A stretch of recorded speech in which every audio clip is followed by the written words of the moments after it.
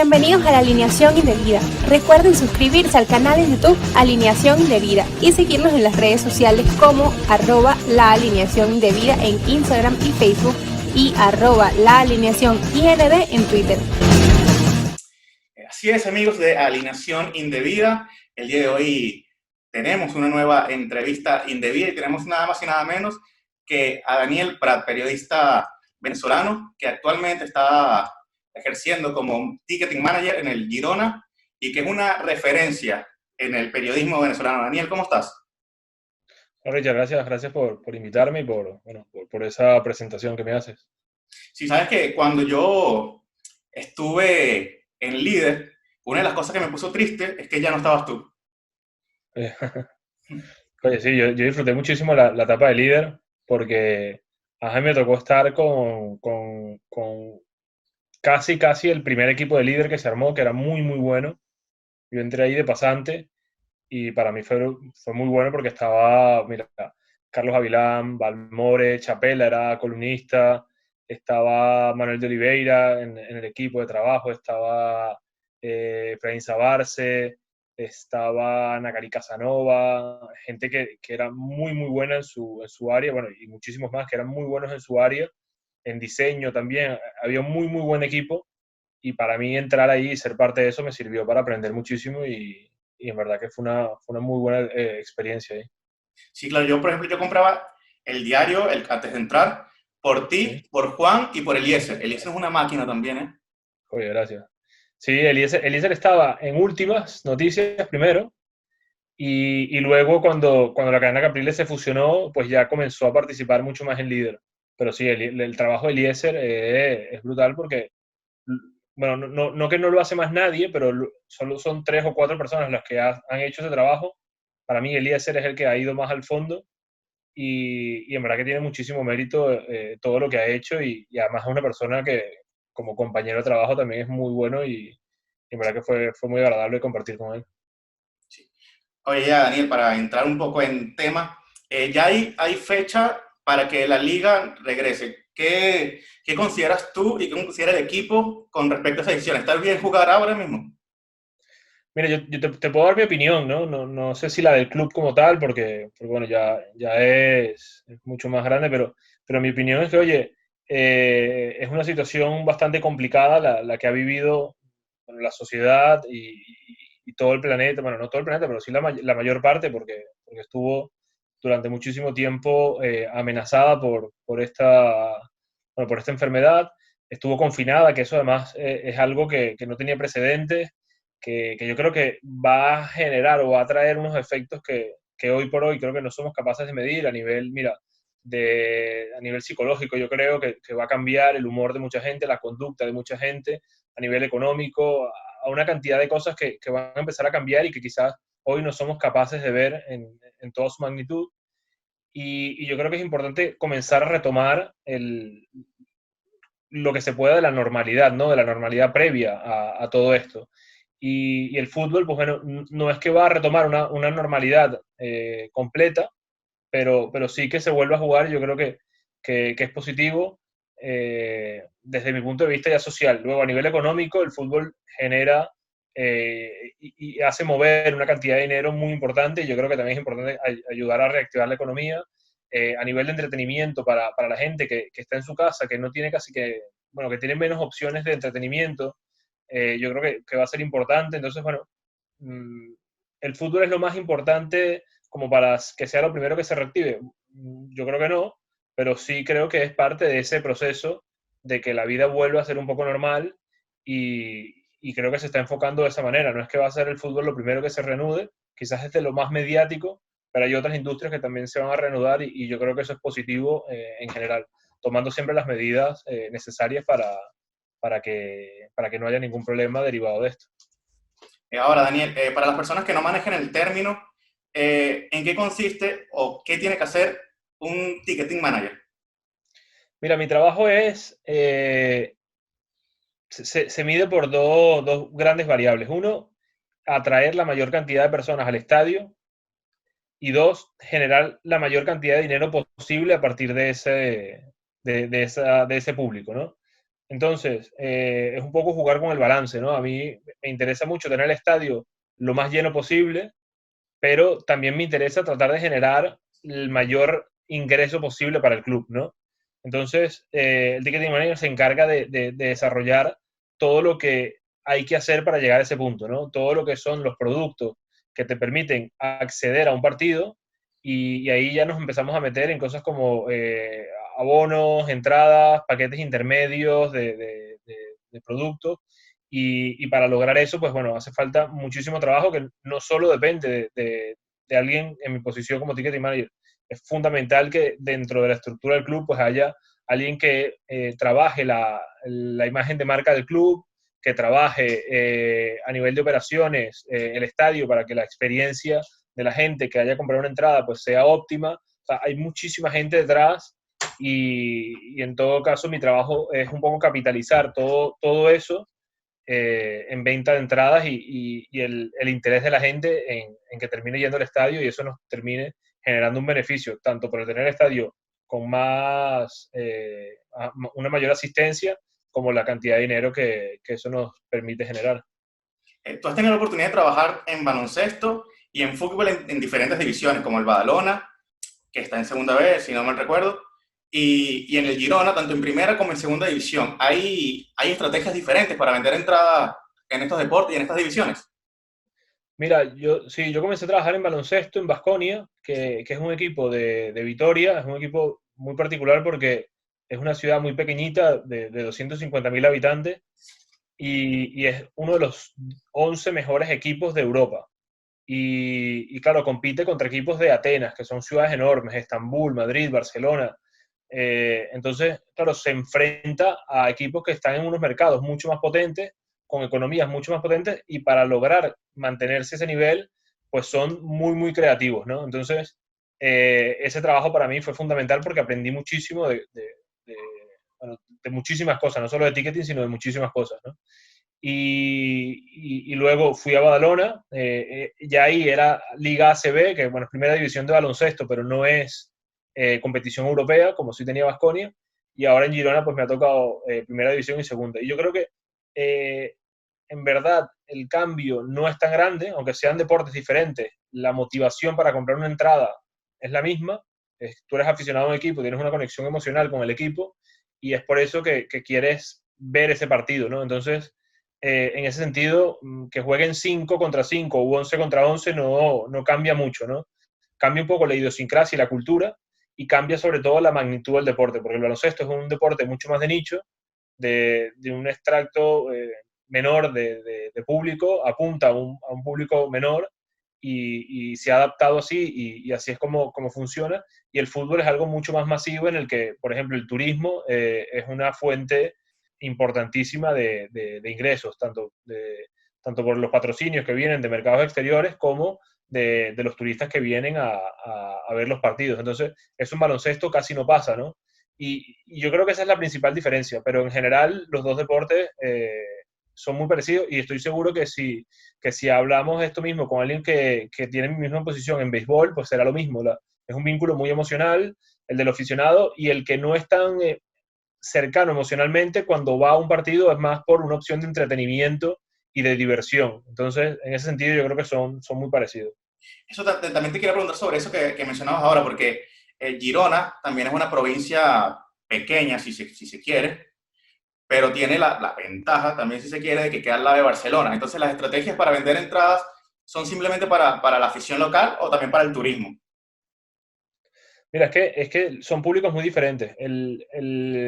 Nosotros vemos muy claro la diferencia entre el aficionado cercano, normalmente vive geográficamente cerca, te diría que más o menos a una hora del estadio, ¿no?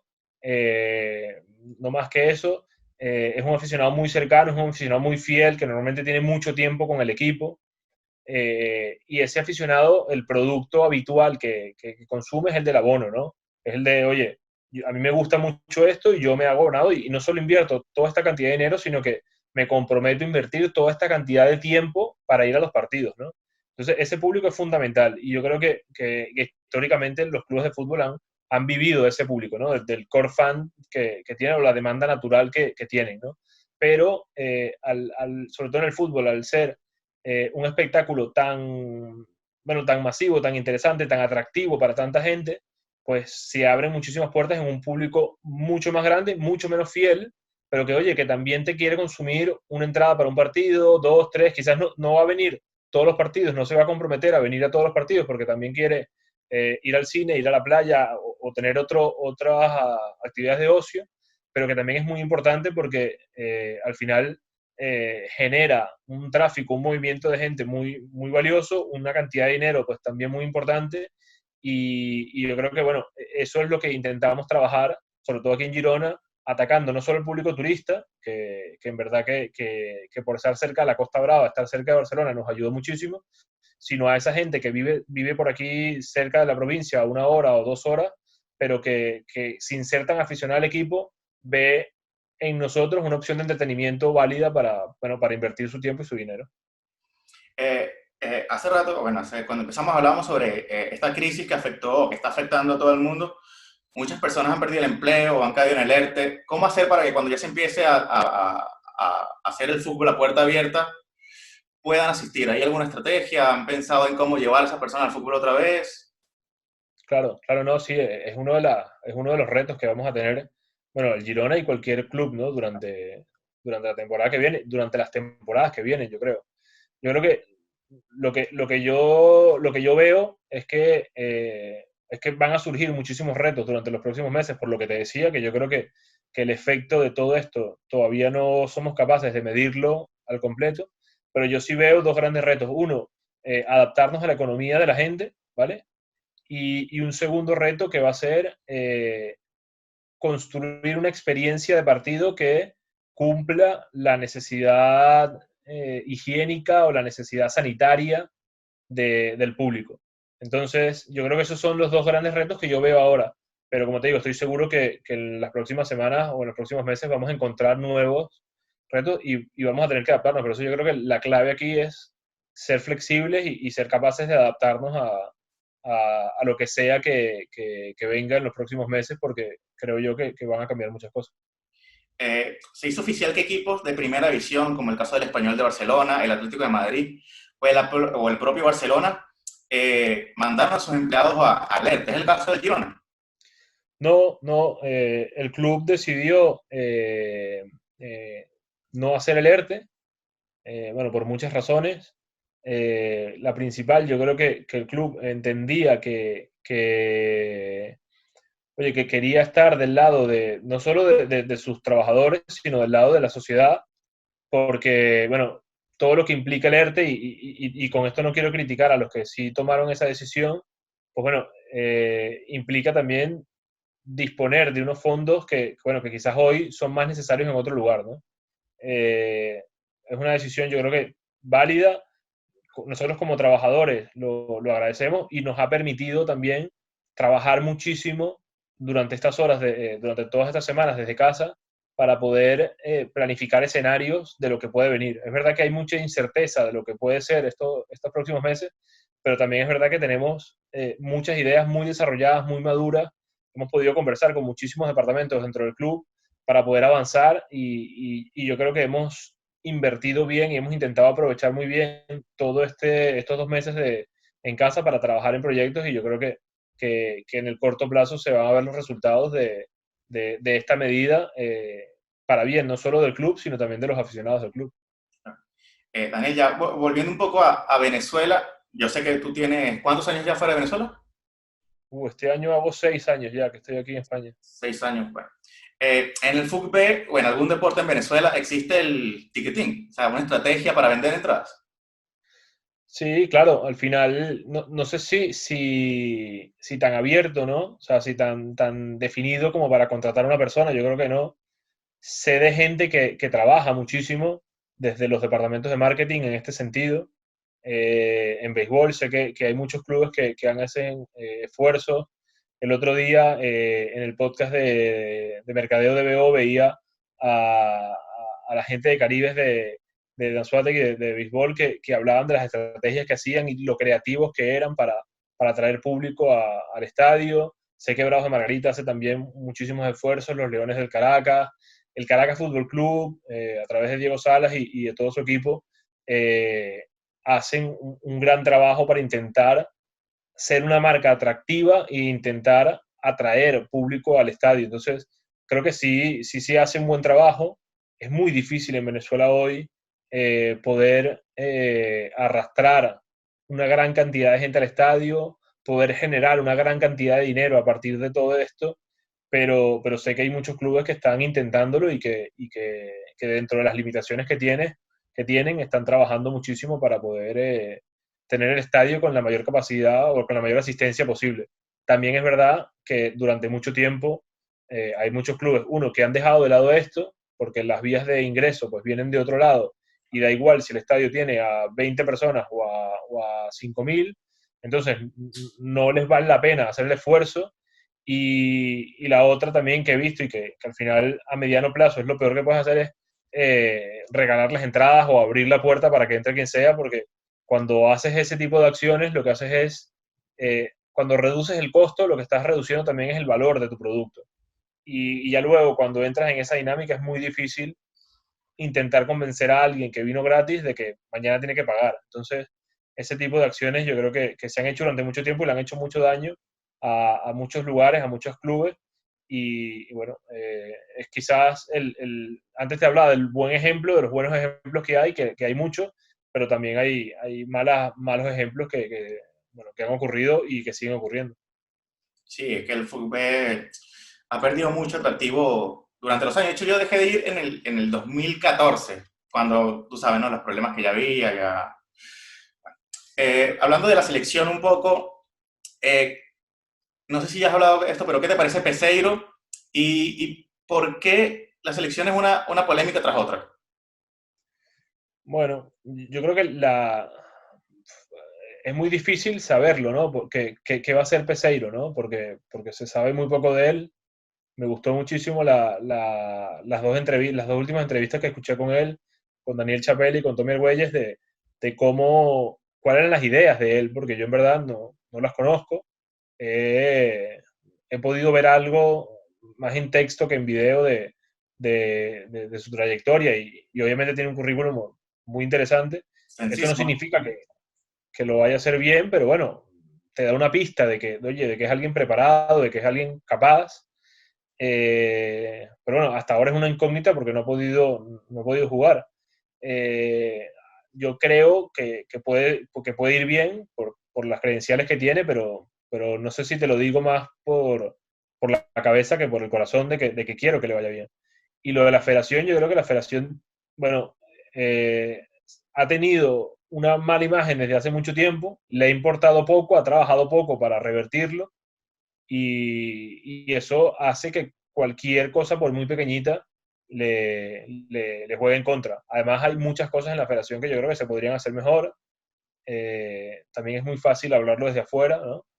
Pero yo creo que en la federación uno de los principales trabajos que debería hacer es, frente a la opinión pública, de transparencia de mejorar su imagen pública, en verdad. Y eso le ayudaría muchísimo a rebajar la tensión y mejorar la percepción que tiene la gente. Y eso les ayudaría muchísimo a evitar este tipo de polémicas que normalmente lo que le hacen es daño a la misma selección y al entorno del fútbol venezolano. Ahora, para ir finalizando, Daniel, la carta que firmaron muchos de los jugadores sub-20, no, sub-20, comandada por Yángel Herrera. Primero, ¿qué te parece la carta? Y segundo, ¿crees que esto le va a perjudicar a Yángel? Sobre todo porque fue el capitán de esa selección, el que está a la cabeza de la carta, y bueno, y ahora el positivo también por el COVID-19 que tiene Yángel. ¿Crees que lo va a perjudicar a próximas convocatorias? Oye, espero que no. Yangel me parece que es un jugador buenísimo, que hoy por hoy es muy, muy bueno y que además tiene un potencial de crecimiento brutal. No sabría decirte qué va a pasar. A mí me parece muy válido que reclamen, no sé si sean los medios los correctos o no, pero bueno, tampoco sé los detalles de la situación como para valorarlo. Pero lo que sí te puedo decir es que yo creo que Yangel es uno de los mejores jugadores hoy en día de la selección, uno de los jugadores que puede llegar a ser muy, muy bueno por el potencial que tiene, por la capacidad mental que tiene. Además, no son las condiciones técnicas o físicas que puede tener, sino la capacidad mental que yo, sin conocerlo, pero que le veo desde afuera, en su desarrollo, en su madurez, cómo ha ido creciendo. Yo creo que esas son pistas para pensar que Yangel puede llegar a ser un muy, muy buen jugador. Y me gustaría creer bueno, que esta decisión y sobre todo esto tan aleatorio que es contagiarte de coronavirus no sea algo que le pase, que le juegue en contra. No creo. Pero cualquier entrenador que esté, sea Peseiro, sea quien sea, si tiene la posibilidad de llamar a Yangel, yo creo que tiene que llamarlo por la calidad que tiene y por lo que puede aportar al equipo. Y ya el resto de cosas creo que no deberían entrar en la valoración. Pero no es mi opinión. ¿No? Bueno, Daniel, agradecido por la entrevista y nada, que ojalá que cuando esto pase, cuando volvamos a la normalidad, tengas todos los llenos posibles y que la sigas partiendo. Pues muchísimas gracias, Richard. Sí, bueno, yo espero lo mismo, que esto se acabe pronto, que nos recuperemos pronto, que al final el efecto sea lo menos posible, sea el menor posible y bueno, que volvamos a la normalidad o lo más cercano a la normalidad y que nos deje algo positivo, yo creo. Dentro de todo he visto, bueno, hay algunas cosas buenas que yo creo que podemos rescatar de todo esto a nivel del planeta, a nivel de nosotros como sociedad y yo creo que quiero creer que esto nos va a ayudar a hacerlo un poco mejor de ahora en adelante y bueno, esperemos que sea pronto. La verdad que te agradezco muchísimo la invitación y el tiempo para compartir conmigo. No, gracias a ti. Búscanos en YouTube y Spotify como La Alineación Indebida.